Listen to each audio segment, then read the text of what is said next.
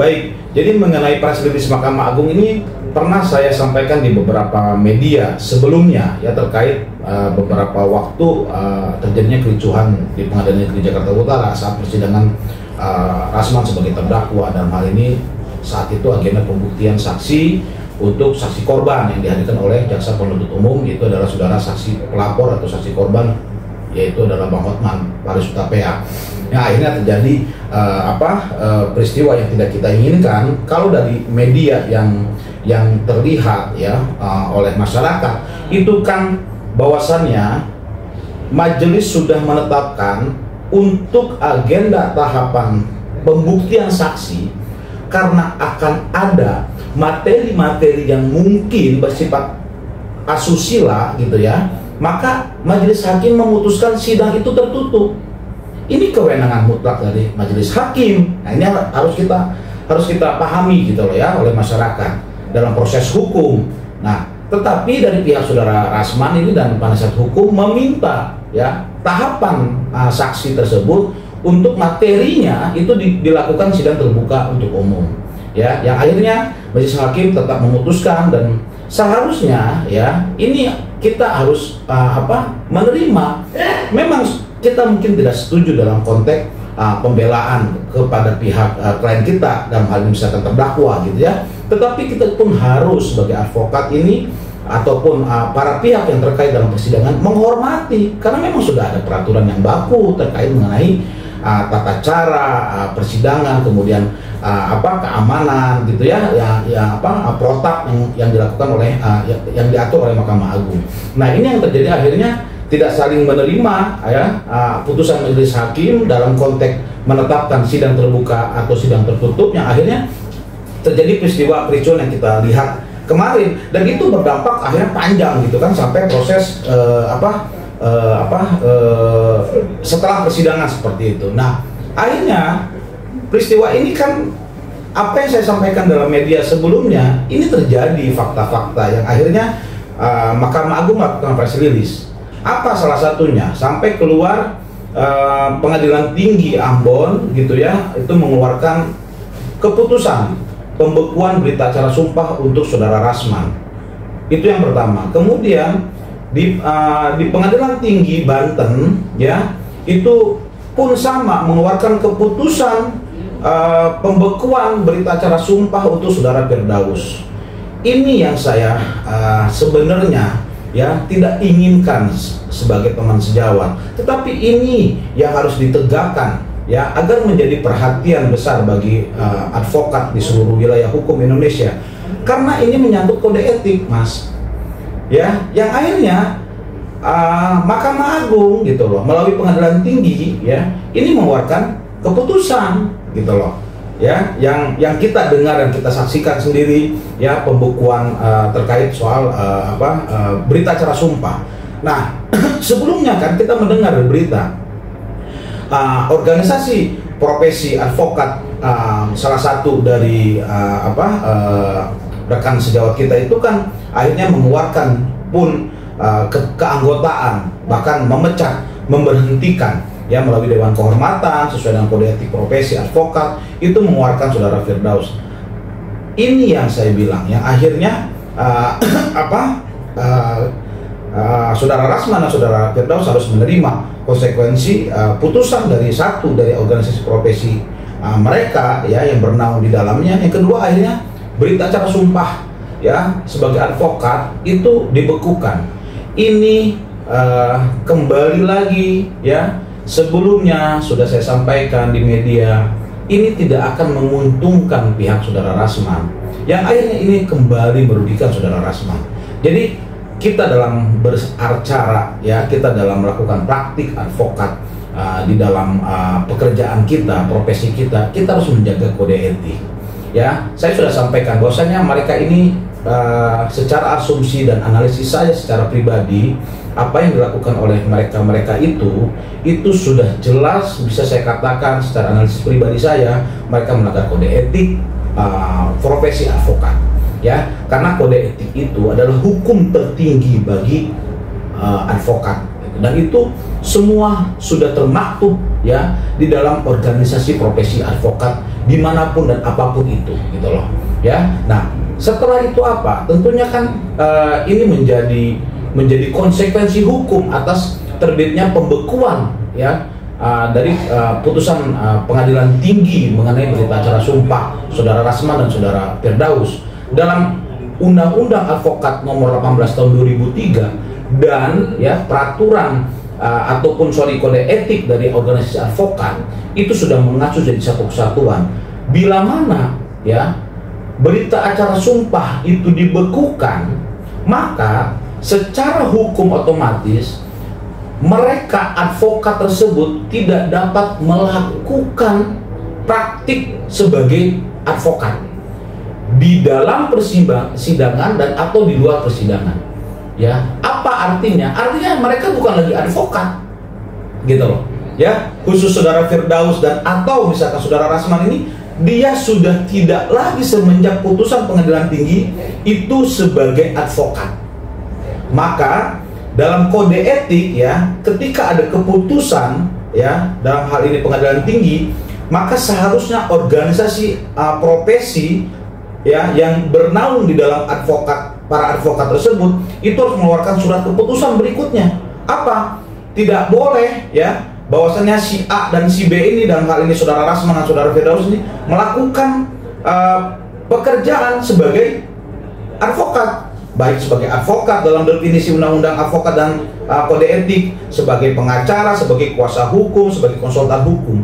Maka ini konsekuensi hukum yang harus diterima oleh Saudara Rasman dan Saudara Firdaus. Memang ya Saudara Rasman di sisi yang lain sebagai perkara dia sebagai terdakwa, tapi juga dia saat ini sedang menjadi penasihat hukum atau kuasa hukum atau menjadi lawyer advokat dari beberapa kasus yang saat ini tengah dia tangani. Dengan adanya berita acara sumpah ini, maka sepatutnya ya dia mentaati ya aturan yang sudah berlaku ini untuk tidak lagi mendampingi klien secara hukum. Apa teknisnya? Ya, dia harus mencabut kuasa atau merubah adendum surat kuasa yang saat ini mungkin masih dia tangani. Misalkan dalam konteks surat kuasa kantor hukumnya itu ada 5 orang termasuk dirinya, itu 5 orang termasuk dirinya tadi, 1 orang atas nama Saudara Rasman itu harus keluar. Jadi 4 misalkan di dalam surat kuasa itu harus ada perubahannya. Karena apa? Karena tadi ya konsekuensi hukum atas terbitnya penetapan pengadilan tinggi di Banten dan juga Ambon oleh pengadilan tinggi untuk Saudara Rasman dan Saudara Firdaus, maka konsekuensi hukum itu yang harus mereka terima seperti itu. Nah, mengenai apa kira-kira upaya yang harus dilakukan misalkan oleh Saudara Rasman dan Saudara Firdaus terkait putusan pembekuan dari pengadilan tinggi masing-masing ini gitu loh, maka tentunya Saudara Rasman dan Saudara Firdaus harus melakukan upaya hukum gitu loh ya, sesuai dengan mekanisme hukum yang berlaku gitu loh. Kalau memang ini dalam konteks praktik pidana dan perdata misalkan gitu ya, maka ada upaya hukum apa dari tingkat pertama dia naik banding ketika tidak menerima putusan dari tingkat pertama, maka dia banding di pengadilan tinggi, dia kasasi di Mahkamah Agung sampai di peninjauan kembali. Maka dalam konteks pembekuan pengadilan tinggi dia harus melakukan naik hierarki ke atasnya. Kemana? Ke Mahkamah Agung gitu loh.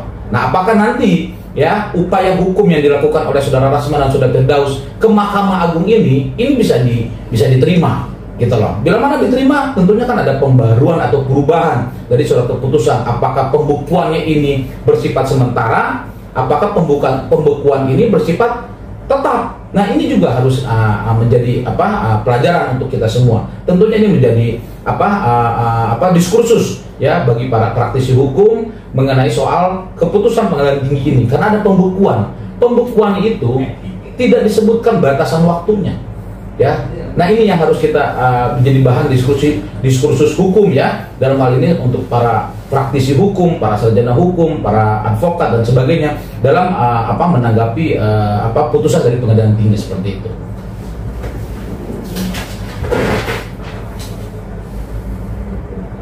Nah, mengenai soal BAS, tentunya kan akibat dari pembekuan tadi ini menjadi konsekuensi hukum yang yang tadi saya sampaikan, harus mereka terima, ya. Upaya hukum yang harus mereka lakukan tentunya tadi, ya, mereka harus menyiapkan materi, ya, upaya hukum dari advokat terkait putusan pengadilan tinggi itu ke Mahkamah Agung, ya. Apakah nanti konsekuensinya diterima oleh Mahkamah Agung, ya, itu kita akan tunggu, ya. Tentunya bagi pihak-pihak terkait yang menerima putusan, ya, tentunya kita sebagai rekan sejawat, teman sejawat, kita harus menjadikan itu sebagai dasar hukum, ya, menjadikan itu menjadi prinsip hukum gitu loh, agar penegakan hukum kepada semua pihak termasuk para advokat itu betul-betul dilakukan, ya, sesuai dengan koridor hukum dan atau dasar-dasar hukum yang tepat seperti itu.